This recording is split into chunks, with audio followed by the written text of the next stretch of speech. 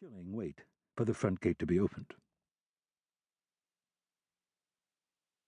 Prince Richard von Metternich, ambassador of Franz Joseph, the Emperor of Austria, to Louis Napoleon, Emperor of France, stood by the mantel in his private apartments, a goblet in his hand, and a hot fire dancing at his side. "Your Excellency," Ferdinand Horshany bowed. The room was warm and close and fitfully bright. Flames roared in hearths at either end, and candle flames floated in their silver holders. "Baron, what brings you out on a wretched night?" The prince's careless posture was in contrast to the baron's military straightness. His youth and finery were as well. He was barely 40, and his emerald satin jacket shimmered like cat eyes. "I must request your leave to return to Vienna." "As you wish, of course." He set aside the formality with a gesture. "A personal matter? My wife is ill." The baron's attention was pulled aside toward the far hearth and the two chairs beside it. All the light made the shadows blacker, and the shadows leaped with the fire. "How unfortunate," Prince von Metternich said. "My wife just visited her a few weeks ago when she was in Vienna. Did your wife tell you? Possibly not." The prince glanced toward the far fireplace, indecisive, but then shrugged. "They are such good friends, I'll not delay you. Please give my regards to the charming Baroness and my hopes for a speedy recovery." He gestured again in dismissal. "Thank you, Your Excellency." Baron Horshany paused. His hair was grey iron and close-cropped. He would have been handsome as a young man. Now he was hidden. "Do you have any instructions for me?" The ambassador pretended surprise. "Instructions?" His head seemed to always be in motion, tilting, swaying, nodding. "I'll be in the capital. Do you want me to convey any messages?" "You would take precious hours from your poor, ill wife for a tedious visit to the Foreign Ministry?" It would have been easier to see without such light, and over the growling flames there had been another slight sound coming from the opposite fireplace.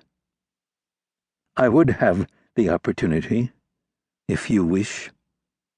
Ferdinand spoke slowly and carefully. "I would be expected to call on the foreign minister. It would be an affront to him on your behalf, if I do not." "And he would deserve it." The ambassador's own fires flared. He took a deep breath and calmed himself. "But if I wish to insult the foreign minister, I should do it myself." His demeanor changed again to give the baron his full attention. The mocking tone was gone.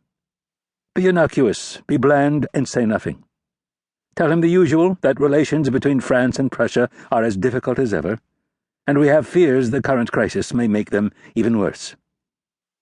"Which particular crisis do you mean, Your Excellency?" "Pick one, any of them. Make one up if nothing new has happened by the time you get to Vienna. There's always a crisis between France and Prussia." He lifted his hands in annoyance. "The Spanish throne, if you need a particular one, but—" The ambassador became more forceful.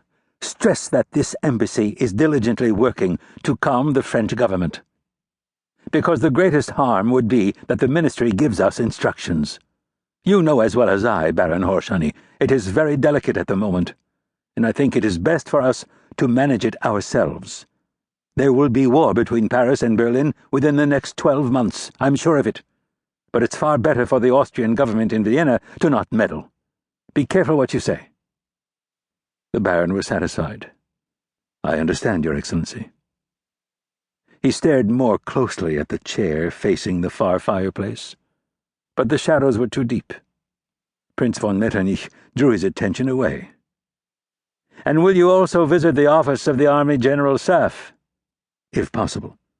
Again, it would be an affront not to. An affront on my behalf." "I have no instructions to you about that. What will you say to them?" "As the military attaché to the embassy in Paris, I will report to them on the state of the French army. That will be all that is necessary." "Armies are useful in wars and for other purposes, but they do not interest me." Prince von Metternich shrugged, and his careless manner returned. "Perhaps this will be one war that Austria will avoid losing."